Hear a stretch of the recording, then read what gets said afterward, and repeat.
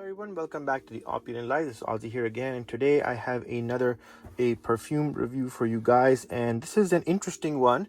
It's by the perfumery house Penhaligons, and as you can see, it's in front of me. The fragrance, the name is Changing Constance.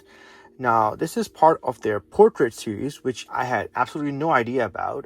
This is actually a gift that was given to me, and I didn't purchase this perfume with my own money. So as a gift, I actually didn't even know this existed, but it is rather expensive. It's a $330 perfume from what I can tell, searching online.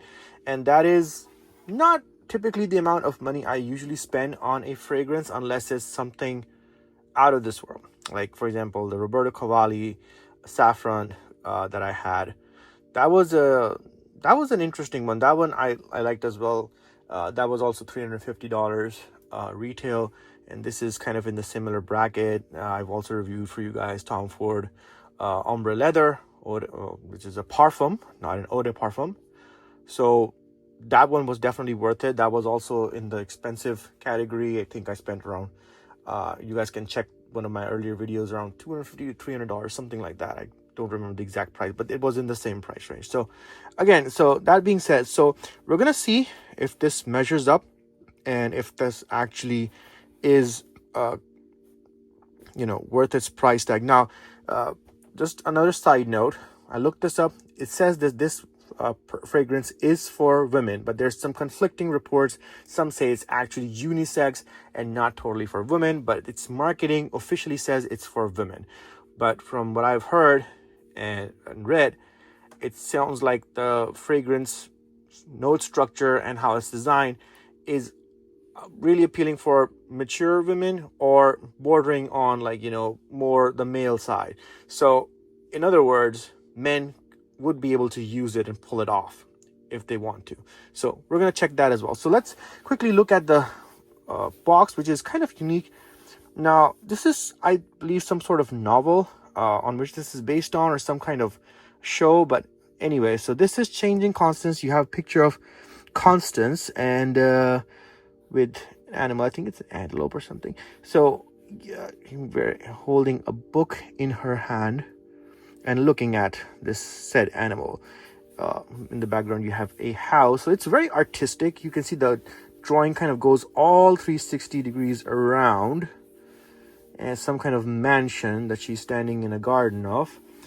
All right, so on the back, you have this poem or portion of a novel, I would say. It says, "One is one's own heroine.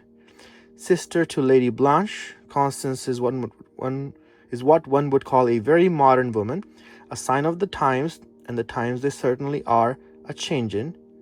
Dylan, no, surely not yet. We're still wearing corsets. Of course, progress is progress, but will she ever marry? Why work? What's wrong with our government? Why, oh why, does she have so many opinions? Despite all of this, men fall at her feet, children adore her, and she gets special treatment from the staff. Every great idea was once a no." So it's reflecting modern women values, modernism, progressive values. I think that's what this character embodies, and that's the vision behind this. I think it's designed for the modern woman. So that's the said poem. On the top, you just have Penhaligons, portraits. That's what the series is known for. The original house is very old, very well known for perfumery, and I didn't actually know this. So this is something that I'm learning along the process with you guys. It's actually a British perfumery house established in London, 1870. So that's interesting. I did not know that. And so this is an eau de parfum. So it's not a parfum, which I would have expected it to be a parfum at this price point, but let's see. It has the ingredients listed on it, 75 milliliters. So you're not getting a lot of quantity for the price, but that's typical of the expensive perfume market. You get less for more. So you have the batch code, you have the barcode, and just some regulatory information. It is made in England. So, that is going to be interesting. All right, let's see. So I'm going to open the box up, see what's inside. All right, so you have this perfume here, which is in this styrofoam box. There's nothing else in there, I think. Oh, there is actually. What's this? So, Penhaligons, portraits. You have this small envelope in taupe color, dark brown grayish tone. What's inside? Tell me it's a tribute to British panache. The tragedy of Lord George, his fragrance. Revenge of Lady Blanche, her fragrance. So it's listing all the other fragrances in the series. Much Ado About the Duke, his fragrance. Coveted Duchess Rose, her fragrance. So it doesn't mention the one we have here. So, I mean, I'm not going to read these descriptions because we're not covering those perfumes today, but just know it's part of a large series. So I just have the styrofoam. No other secret compartment, so we'll put this to the side. Now this bottle design, now looking at the cap, of course, which stands out, it's in gold, and this animal is actually a mountain goat, which is the representation of changing Constance for whatever reason. I have not read the novel or watched the show, so I don't know why this animal was chosen for this particular character of Constance. Now the bottle it's a nice design. It's kind of striking, so you know, it's not a magnetic cap. It's your typical click or on, click off, and click on. Kind of hard to take off, but I think the best way is to kind of grab the ears and take it off like that, because this portion here is kind of sharp, so if you're pulling it off, it might hurt your fingers. I would recommend like this, then putting it back on, pressure on the nose, and there it goes. So just says portraits, Penhaligons, changing Constance, and then you have this dark brownish liquid in it with some spacing at the bottom for the glass design. You have the batch code, made in, okay, so here it says made in France, and here it said made in England. So I don't know, maybe the bottle is made in England but the perfume is from France. That's kind of odd, so we'll see. But anyway, that's that. And then let's open it up. It is a cylindrical bottle, nothing fancy about that. You have this gold-plated atomizer. We're going to check that out now. Okay, the atomizer is really good, very good strength. Now let's talk about the fragrance itself. I think it's going to keep on rolling, so I won't be able to place it like this, so I'll just hold it in my hand and then let's see. All right, so it's very strong right off the gate. I can, I'm getting the effervescence of this fragrance. It's coming straight onto my face right now. Usually perfumes take some time to get going, but this one is right off the bat. I'm getting tones of a lot of wood, caramel, vanilla, a little sweet, a little powdery, definitely on the spicier end. And yeah, I mean, I can understand how this is a perfume that's not purely for women. I think I would tend to agree with the forums that this does tend to err on the unisex side. It can certainly be used for women as well, but I think men can easily use it because the tones are so dark and so musky. Even though, musk is not at the top end, but there is some musk in there, and it's got some really dark caramelly tobacco type tones to it.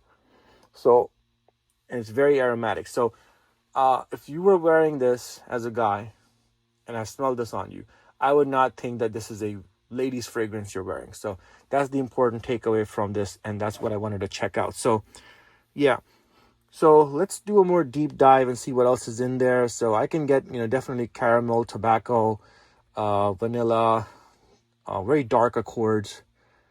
And also, this is not a new fragrance. This came out in 2018. So it's been around for a while, but I think because it's so niche, not a lot of people bought it. And understandably, it's considered typically Oriental fragrances that are so niche, so expensive, they don't tend to sell very well. And that's why you don't see them in the markets that much.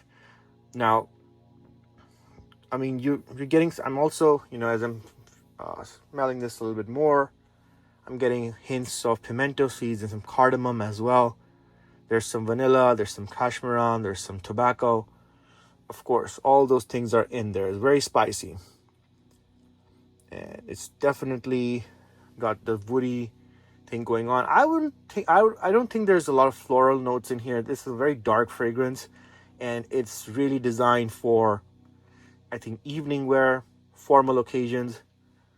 Don't put too much on. If I were to give you a recommendation on how to use this, evening wear, formal wear, spray very little, because it can, if it gets too much in your face, it can be offensive.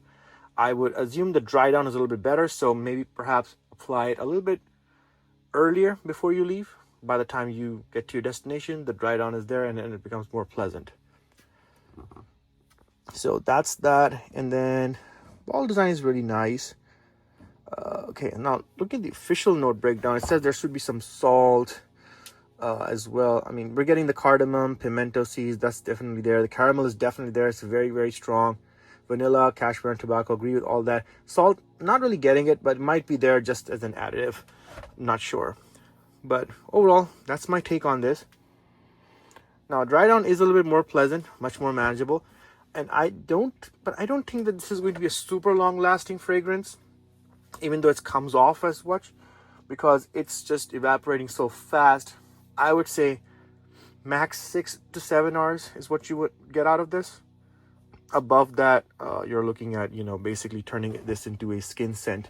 Sillage may be strong, but the projection may not be so heavy on this particular fragrance. So I wouldn't say it's a super long lasting one, but moderate to long longevity, yes, that's there. And it's definitely more, it'll turn into more of a skin scent after the first 2 hours. Not the first 2 hours, first 3 hours, let's say. It'll start turning into a skin scent, and by hour number 6, 7, definitely going to be a skin scent. You won't be projecting as much. Okay, so depending on your use, you can have this in your collection. Would I buy this if I had not gotten this as a gift? Probably not, because in the price range of $300 plus, you really have some stiff competition from perfume houses that have put out some excellent stuff out there. I would probably not have bought this, but now that I do have this as a gift, I'll just use it. But it's really a very niche and specific type of fragrance that if you like it, I would suggest don't blind buy this. Try this. If you like it, try to get it at a discount if you can. If not, then go for it.